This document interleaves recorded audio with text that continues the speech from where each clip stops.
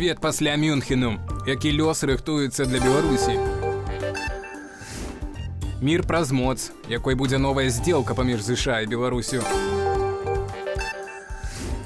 Багіра под пагрозай. За што ў Менску судзяць легендарную фітнес-тренерку? Самыя важныя тэмы панядзелка і іх абмеркаванне гаспадарства чакае бліжэйшыя паўгадзіны. Калі вам бяспечна, заклікаю паставіць лайк для нашай трансляцыі, каб больш людзей да нас далучылася. У студыі для вас працуе Алесь Залеўскі. Вітаю і паехалі. Як будзе выглядаць свет пасля Мюнхенскай канферэнцыі? Ці чакае Еўропу ў выпадку замірэння ва ўкраіне яшчэ большая вайна? І што зрабіць, каб такога не дапусціць? Адказы на гэтае пытанне цяпер спрабуюць сфармаваць палітыкі на тэрміновай сустрэчы міністраў замежных справаў краінаў Еўразвязу ў Парыжы. Тым часам дэлегацыі Украіны, ЗША і Расіі знаходзяцца ў Саудаўскай Аравіі, дзе паміж бакамі могуць адбыцца першыя перамоўныя кантакты. Які лёс рыхтуецца для Беларусі? Паводле інсайдаў РБК з палеўмюнхенскай канферэнцыі, Уладзімір Зеленскі на перамовах у Саудаўскай Аравіі будзе настойваць на мірнай дамове, якая б вяртала ўкраіну да межаў 2022 года, пачатку расійскай агрэсіі. Напярэдадні ў Мюнхене ўкраінскі прэзідэнт заявіў, што мяжа паміж сферамі ўплыву Расіі і Захаду павінна праходзіць па ўсходняй мяжы Беларусі і Украіны. Пасля крытыкі Еўразвязу з боку новай амерыканскай адміністрацыі, Вялікая Брытанія, Францыя і Польша актывізавалі высілкі для фармавання міратворчага кантынгенту для накіравання ва Украіну у якасці гарантыяў бяспекі. Але ці магчыма гэта рэалізаваць без Беларусі? З намі на відэасувязі знаходзіцца кіраўнік агенцтва еўраатлантычнага супрацоўніцтва Валер Кавалеўскі. Прывітанне, спадар Валер. Добрый дзень. Вы таксама былі на Мюнхенскім форуме, так і цяпер фактычна ў дарозе з яго знаходзіцеся. Думаю, апошнія навіны нам перакажаце, але пакуль што я бы хацеў все-таки звярнуцца да тых інсайдаў, якія выходзілі ў меды яшчэ учора, так, днямі. Вось асабліва гэта заява Уладзіміра Зеленскага датычна ўсходняй мяжы, якая мае праходзіць паміж вось гэтым заходнім і ўсходнім умоўным светам. Дарэчы, таксама цікава, наколькі гэта актуальна для нашага рэгіёна. Нібыта гэтая мяжа мае праходзіць па ўсходняй мяжы Беларусі і цяперашняй Украіны, так, яшчэ невядома, якіх межаў 22-го года ці 91-го. Але наколькі, на вашу думку, в прынцыпе, такія заявы рэалістычныя, наколькі гэта рэальна патрабаванне Украіны і магчымасць, так, Украіны, у тым ліку Беларусі, так, забяспечыць вось гэтую ідэю, ці гэта ўсё-такі для перамоваў лепш закінуць воду максімальна далёка, а ўжо там пасля абараніць, прынамсі, украінскую ўсходнюю мяжу, а Беларусь там уже іншым чынам неяк? Ну, найперш адзначу, што было вельмі важна, што прэзідэнт Украіны узгадаў Беларусь у сваім выступе, у сваім праграмным выступе перад удзельнікамі канферэнцыі. Ён пачаў з таго, што апісаў на сённяшнюю сітуацыю, дзе Беларусь з'яўляецца пагрозай. І больш за тое, ёсць патэнцыял таго, што гэтая пагроза будзе павялічвацца. І напрыканцы выступу ён прапанаваў гэтае сваё бачанне таго, як павінен выглядаць наш рэгіён на сканчэнне вайны, што, як ён назваў, гэта мяжа паміж вайной і мірам. І Беларусь ён якраз такі ўключыў на бок міра, што гэтая мяжа павінна прайсці сапраўды па ўсходняй мяжы Беларусі і захапіць таксама Украіну. Канешне ж, прэзідэнт Зеленскі мае на ўвазе межы 91-го года, гэта іх прынцыповая пазіцыя, ну і таксама далей на поўнач краіны Балты і Фінляндыя. І, канешне, для нас гэта надзвычай выгаднае бачанне сітуацыі, што Беларусь захоўвае сваю незалежнасць, захоўвае свой суверэнітэт, што Беларусь з'яўляецца часткай еўрапейскай супольнасці, еўрапейскай сям'і і менавіта на баку міра, а не інструмент ці зброя Расіі, як гэта выглядае на сённяшні дзень. Спадар Валер, але мне цяжка ўявіць умовы, варыянты, што б там Трамп мог бы запрапанаваць, каб Пуцін аддаў Беларусі сваю сферу ўплыву.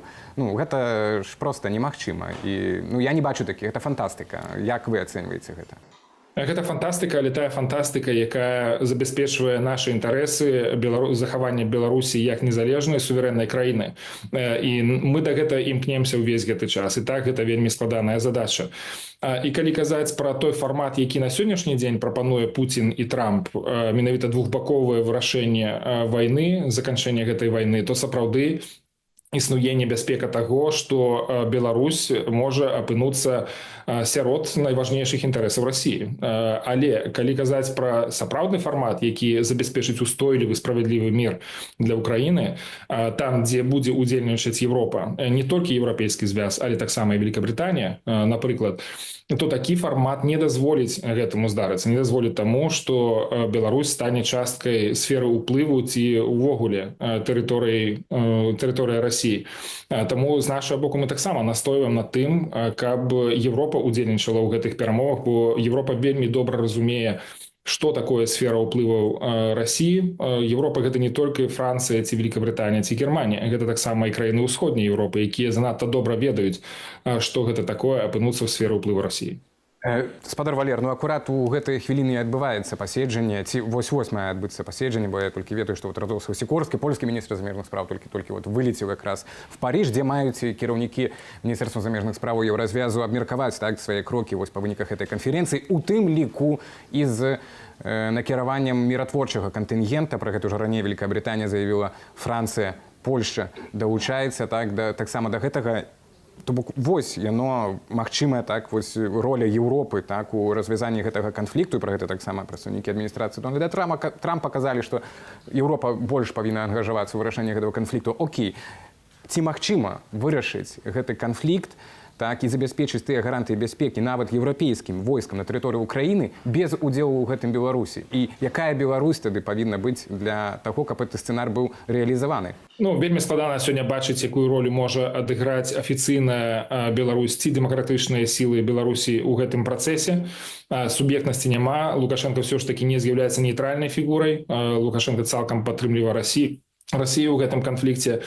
Таму я пакуль не бачу, якім чынам могуць задзейнічаць Беларусь у гэтым працэсе. Пры гэтым, канешне, мы разумеем, што... Спадар Валер, я вас пераб'ю, выбачайце, але без Беларусі гэты сцэнар не рабочы, я правільна разумею? Што еўрапейскія войскі забяспечваюць гарантыі для Украіны? Я думаю, што гэты сцэнар вельмі станоўчы, у тым ліку для Беларусі. Зноў жа, калі Еўропа удзельнічае ў перамоўным працэсе па Украіне, гэта падвышае верагоднасць таго, што нашы інтарэсы будуць улічаны. Я адкажу так. Так, пакуль вось так, толькі невядома, як Еўропа, цяпер Еўропе, відаць, давядзецца дамаўляцца з кім, з Лукашэнкам ці з кім, пра тое, каб нейкія рамачныя хаця б умовы тое ж самай этой гарантыі з боку Еўропы, Еўразвязы і войскаў еўрапейскіх на тэрыторыі Украіны, яны не могуць адбывацца без удзелу Беларусі. На маю думку, это відавочна. Прынамсі, Вашынгтон уже такія кантакты актывізаваў, з Менскам, мы ўжо раней абмяркоўвалі, у іх палепей гэта сітуацыя пайшла, чым з Брусэлем. І вось гэты зліў, пра які гучна было на выходных, што нібыта сделка ўжо дамоўлена з Лукашэнкам і Вашынгтонам пра тое, што вызваляем палітвязняў, большиню палітвязняў, асабляем рэпрэсіі, Беларусь асабляе рэпрэсіі взамен на пасабленне санкцый да беларускалія і банкаўскай сістэмы нашай.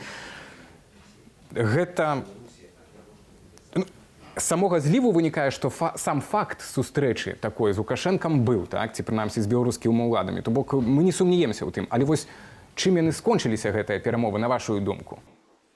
Я думаю, што адбылася прапанова той пазіцыі, якую прасоўваюць зараз Злучаныя Штаты, што трэба вызваляць палізняволеных у абмен на санкцыйнае паслабленне. І гэта само па сабе сведчыць пра тое, што пачынаецца адыход ад папярэдняй стратэгіі таго, што толькі ціск, што трэба таксама карыстацца і інструментамі актыўнай дыпламатыі і адказных камунікацый і выкарыстоўваць санкцыі як інструмент. Таму што санкцыі ўводзіліся дзеля вырашэння праблем. Яны не ўводзіліся дзеля таго, каб яны проста былі, дзеля саміх сабе. У гэтым сэнсе я бачу такі вельмі важны зрух у разуменні Злучаных Штатаў рэальнай сітуацыі ў Беларусі. Адыход ад тых максімалісцкіх пазіцый, нерэалістычных пазіцый, якія прасоўваліся да гэтага часу. Я думаю, што казаць пра тое, што сделка ўжо выконваецца вельмі рана, думаю, што это вельмі складаная задача. Яна ўключае ў сябе не толькі Злучаныя Штаты, яна вымагае удзелу таксама і еўрапейскага звязу, найперш Літвы. Таму што калі казаць пра зняцце санкцый на калійнае ўгнаенне, то немагчыма дамагчыся аднаўлення той самай схемы, якая была да 2020 года без удзелу Літвы. Таму што Літва на сённяшні дзень блакуе транзіт беларускага калія праз сваю тэрыторыю. То бок это больш все-таки комплекснае пытанне, беларускае пытанне выходзіць у гэтай ўсёй раскладцы. І пытанне, наколькі можна па аднаму нейкаму аспекту так выцягваць з гэтай ўсёй праблематыкі адносін Беларусі і ізаляванасці яе са светам, і па адной праблематыцы вырашаць, ці все-таки комплексны нейкі падыход вы бачыце ў гэтым будзе шанс на яго, прынамсі, таму што пакуль што, адзінае, што ёсць шанс на вызваленне палітвязняў. Так, мы цяпер это разумеем, што палітвязняў больш, напэўна, выйдзе. Это ўжо дакладна. Так, конечно, падыход павінен быць комплексным, але вырашыць праблему адным махам не атрымаецца. Каб вызваліць палітзняволеных, каб спыніліся цалкам рэпрэсіі, каб усе санкцыі былі знятыя, адносіны былі нармалізаваныя, гэта немагчыма зрабіць. Але гэта тая была стратэгія, якая існавала да сённяшняга дня, што мы хочам, умоўна кажучы, з'есці гэтага слана адным махам. Але больш рэалістычным падыходам, больш практычным падыходам з'яўляецца, калі мы вырашаем пытанне адно за адным, нейкімі дробнымі часцінамі.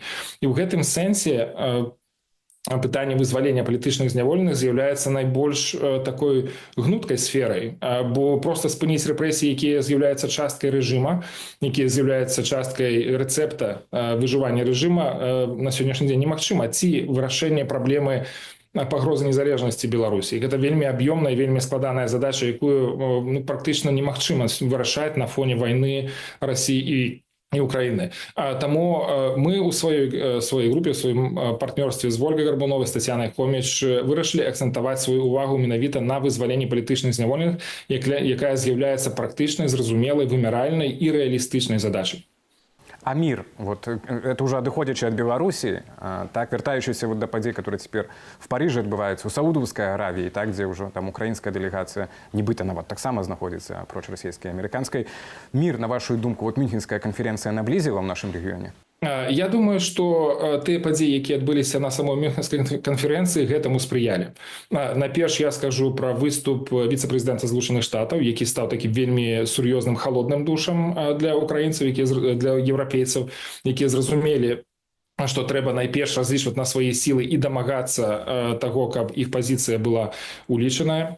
Ну і па-другое, гэта выступ Зеленскага, які аддаў гэтую ролю, вельмі важную цэнтральную ролю менавіта Европе. Дзякуй вялікі за размову. Валер Кавалеўскі, кіраўнік агенцтва еўраатлантычнага супрацоўніцтва, быў з намі на відэасувязі, а мы застаемся ў гэтай тэме, яна вельмі шырокая, так і датычыць нашай краіны, будучыні нашай краіны, так што заставайцеся з Белсат. Лідарка дэмакратычных сілаў Беларусі Святлана Ціханаўская на палях Мюнхенскай канферэнцыі сустрэлася з такімі ж прэзідэнтамі ў выгнанні. Спачатку з пятай прэзідэнткай Грузіі Саламай Зурабашвілі, а пасля з Эдмунда Гансалесам, лідарам апазіцыі Венесуэлы, які летась на выбарах перамог дзейнага кіраўніка Нікаляса Мадура. Але і там, як і ў Беларусі, сілавікі выбралі бок уладаў, а не народу. Ці будзе падчас цяперашніх перамоваў паміж буйнымі гульцамі пачуты голас меншых народаў незалежнай Беларусі? Мабыць, ад гэтага будзе залежыць будучы лёс нашай краіны. Размова з Дзянісам Кучынскім, прадстаўніком офісу Святланы Ціханаўскай і удзельнікам сустрэчы ў Мюнхене у нашым эфіры неўзабаве. А пакуль коратка пра іншыя падзеі дня. Чарговы расійскі дрон над Беларуссю. У ноч на 17 лютага ударны беспілотнік вылецеў з паветранай прасторы ўкраіны ў кірунку вёскі Верхнія Жары ў Брагінскім раёне. Паведаміў маніторынгавы тэлеграм-канал «Рында моніторыць». Аднак прыблізна праз 15 хвілінаў ён пакінуў беларускае неба. Падчас начной атакі Расія выпусціла па ўкраіне 147 ударных дронаў і беспілотнікаў-імітатараў. Украінскія паветраныя сілы паведамілі, што ўдалося збіць 83 шагады. 59 дронаў абяшкодзілі сродкамі радыёэлектроннай барацьбы. Вядомая фітнес-трэнерка і майстарка спорту па спартовай гімнастыцы, фігурантка палітычна матываванай справы. У Менску пачалі судзіць Наталлю Наважылаву. Яе абвінавачваюць паводле гэтак званага пратэставага артыкулу, паведаміў праваабарончы цэнтр «Вясна». Наталлі Наважылавай пагражае да 4 гадоў зняволення. Але які дакладны эпізод інкрымінуюць беларусцы і ці затрымлівалі яе да суда, праваабаронцам невядома. У горадні затрымалі ўласніка крамы «Цудоўня» Андрэя Несцяровіча. Выданне «Гродна Лайф» са спасылкаю на свае крыніцы паведаміла, што гэта адбылося яшчэ 7 лютага. Андрэя Несцяровіча абвінавачваюць нібыта ў арганізацыі дзеянняў, што груба парушаюць грамадскі парадак або ў актыўным удзеле ў іх. Неўзабаве яго маюць перавесці ў гарадзенскае СІЗА нумар 1. А А мы вяртаемся да падзей вакол перамоваў па канфлікце ва ўкраіне і так званага беларускага пытання. На самым буйным форуме па бяспецы ў Мюнхене ўдзел прымалі і прадстаўнікі дэмакратычных сілаў Беларусі. Так лідарка Святлана Ціханаўская апроч сустрэчаў з пятай прэзідэнткай Грузіі Саламай Зурбашвілі і лідарам апазіцыі Венесуэлы Эдмунда Гансалесам правяла таксама сустрэчы з высокімі палітыкамі Злучаных Штатаў. Ці будзе пачуты голас незалежнай Беларусі пры заключэнні здзелкі заходніх палітыкаў з Александром Лукашэнкам і Владзімірам Пуціным? Так, пасля сустрэчы прадстаўніку офісу Ціханаўскай Франак Вячорка заявіў, што ў пытанні вызвалення палітвязняў ёсць магчымасць прасунуцца далей. Нагадаем, улады Беларусі выпускаюць з турмаў палітвязняў хвалямі і малымі групамі. Цяпер дэмакратычныя сілы прапануюць паслабіць санкцыі супраць Менску ўзамен на саступкі ва ўнутранай палітыцы. Пры гэтым сама Святлана Ціханаўская ў выніку сустрэчы з кіраўніцай Еўракамісіі Урсуляй фон дер Ляйен заявіла, што Беларусь мусіць прымаць удзел у перамовах датычных уладкавання міру ў рэгіёне. Праўда, пакуль не зразумела, у якім фармаце і хто мае рэпрэзентаваць інтарэсы Менску. З намі на відэасувязі знаходзіцца Дзеніс Кучынскі, дарадца па дыпламатыі Святланы Ціханаўскай. Прывітанне, Дзеніс. Ведаю, што вы адразу фактычна з самалёта з Мюнхена, так, і там у тым ліку адбылася ваша сустрэча з прадстаўніком Трампа, спецпрадстаўніком Трампа, Кітам Келлагам. Гэта такі злы паліцэйскі. Ён адразу са старту ў Мюнхене заявіў, што Еўропа імаверна не будзе мець месца за сталом перамоваў паміж Украінай, так, паміж Расіяй, ЗША, Украінай. Калі казаць пра беларускую дэлегацыю, пра беларускіх дэмакратаў, ці вы на сустрэчы таксама атрымалі такі халодны душ рэальнасці, ці ўсё-такі, так як ён любіць, так як Трамп паважае, так далей, мы таксама нейкія моц і аргументы, каб і голас свабоднай Беларусі быў пачуты?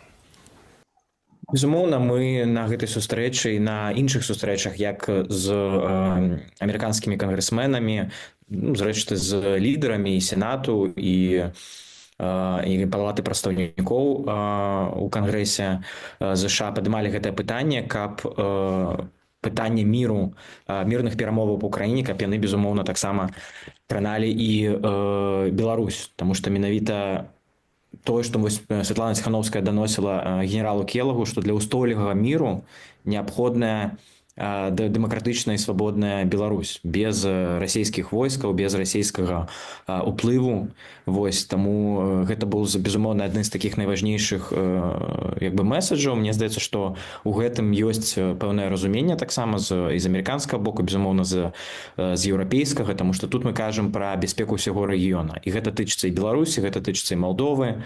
Вось, і месадж, які мы даносілі, што без спынення ўдзелу Лукашэнкі і ягонага рэжыму ў гэтай вайне, без стабільнай, свабоднай, бяспечнай Беларусі, гэты мір, ён не можа быць устойлівы. Спадар Дзеніс, я тады пераб'ю, выбачайце, то бок нашу Украіну разглядаюць у адным гэтым кошуку, як Малдова, Грузія, ці ёсць нейкае асобнае беларускае пытанне?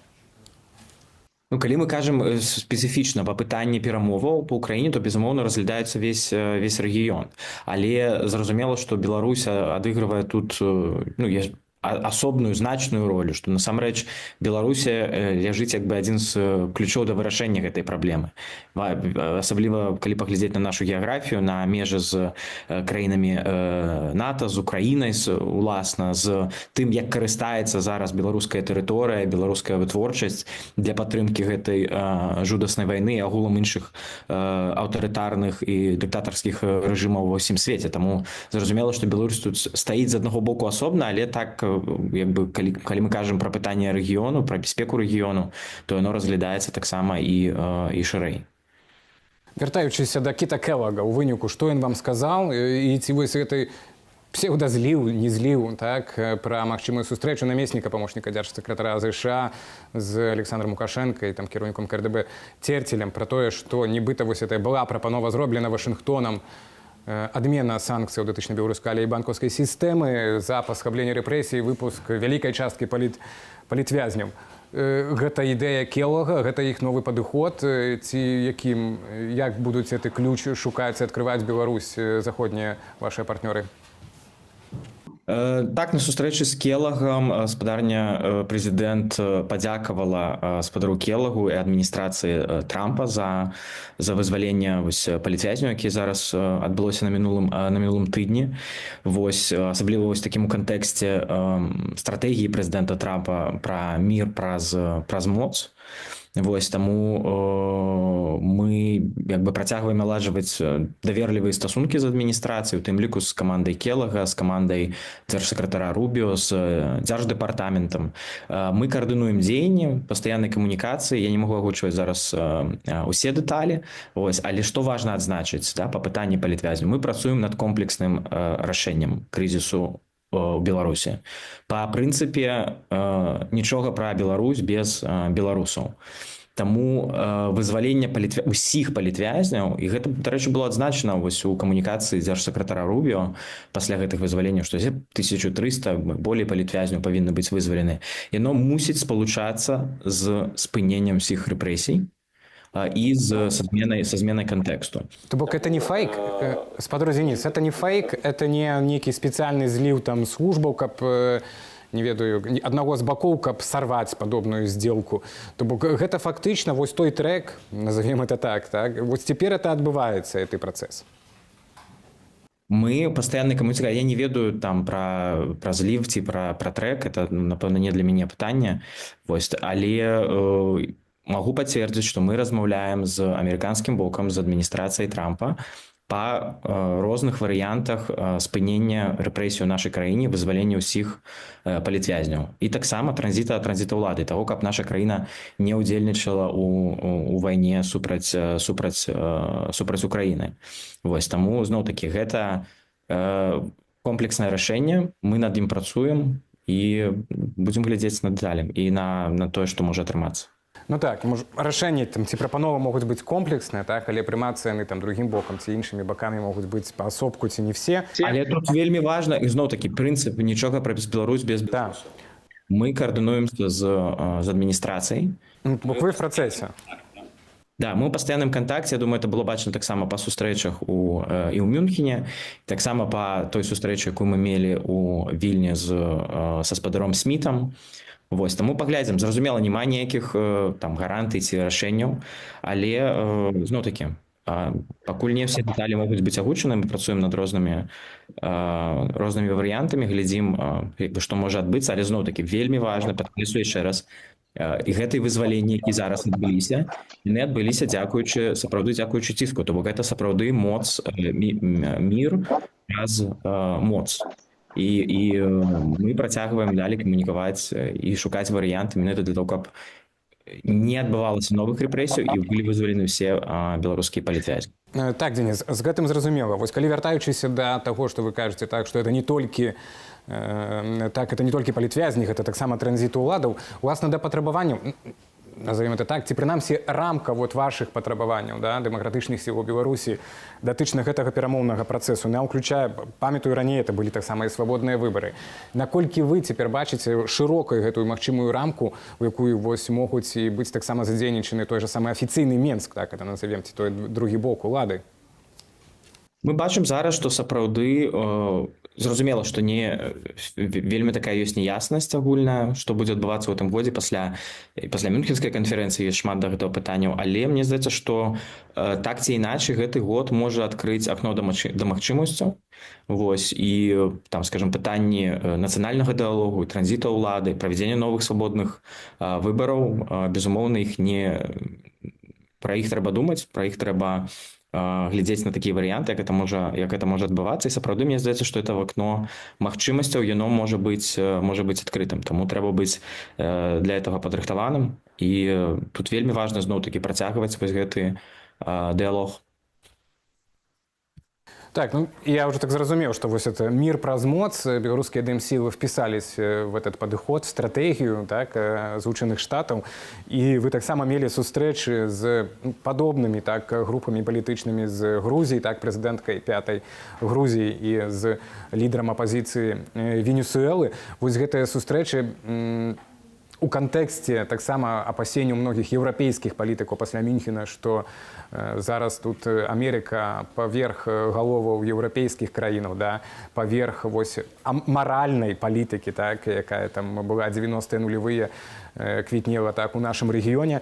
Вось цяпер будуць гэтыя брутальныя здзелкі паміж вялікімі гульцамі свету і малыя народы, якія вось апынуліся ў такой сітуацыі, як Грузія, так, Венесуэла там, і Беларусь, калі палітыкі апазіцыйныя перамагалі, але пасля сілавы фактар быў на баку так, дзейнага кіраўніка, і это все ў выгнанні. То бок вы лічыце, якім чынам вот навошта гэтыя сустрэчы так былі, і ці сапраўды Амерыка, гульцы вялікія свету гатовы прыслухоўвацца вось да такіх галасоў офісаў, да, там, дэмакратычных сілаў там, розных краінаў, ці все-таки верх возьме той, у каго моц, ресурсы, і здзелка проста можа адбыцца паміж імі?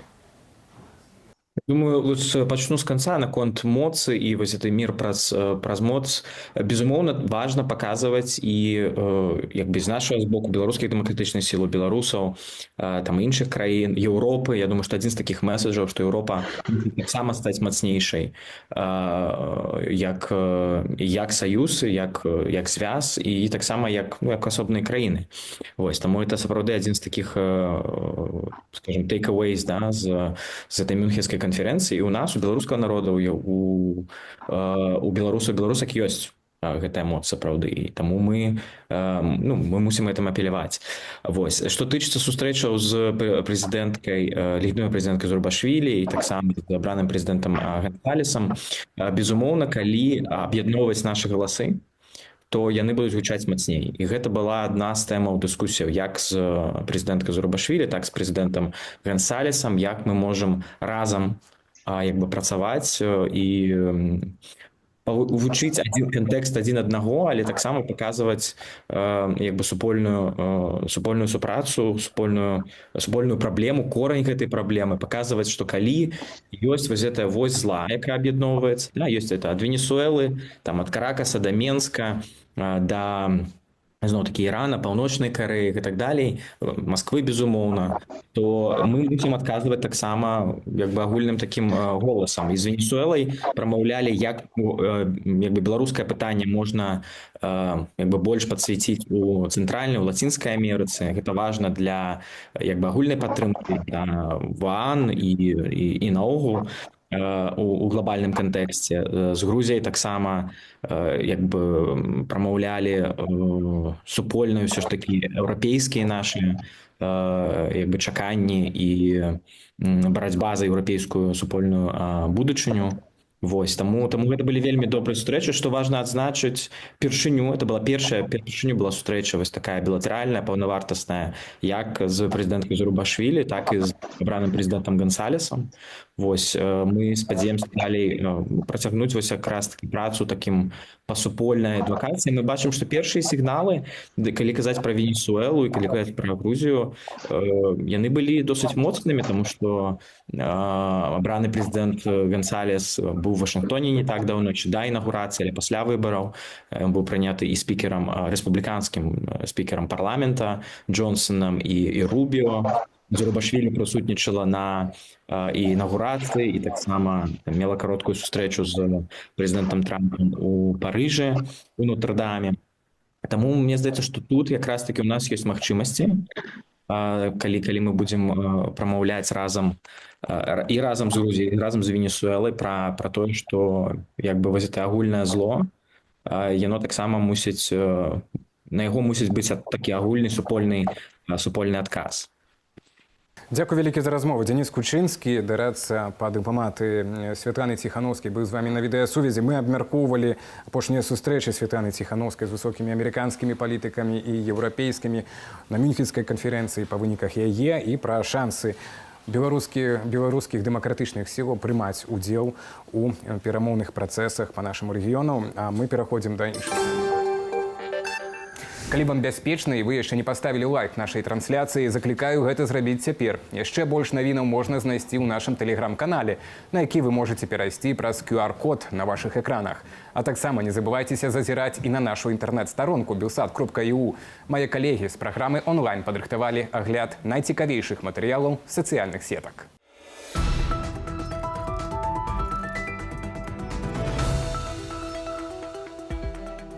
У Салігорску адбыўся буйны пажар на станцыі тэхнічнага абслугоўвання. Па прыбыцці на месца ратавальнікі высветлілі, што агонь ахапіў боксы ўнутры аднапавярховага будынку. Полымя знішчыла дах на плошчы 800 квадратных метраў, а таксама пашкодзіла маёмасць. На момант пажару ў будынку нікога не было і ніхто не пацярпеў. Відэа пажару можна паглядзець у шорцах каналу Белсат на YouTube.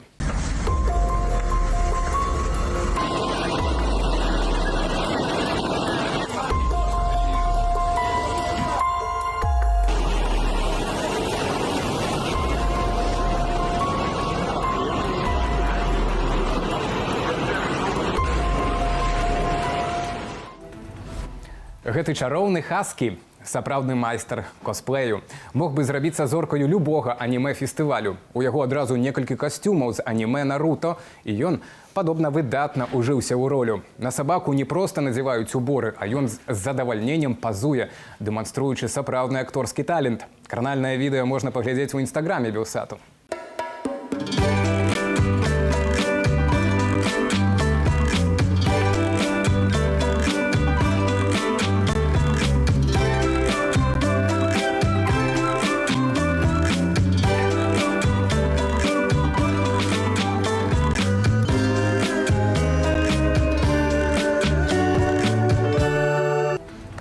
Беларускія тураператары пачалі прапаноўваць туры ў паўночную Карэю, даючы шанс падарожнікам зазірнуць у адну з самых закрытых краінаў свету.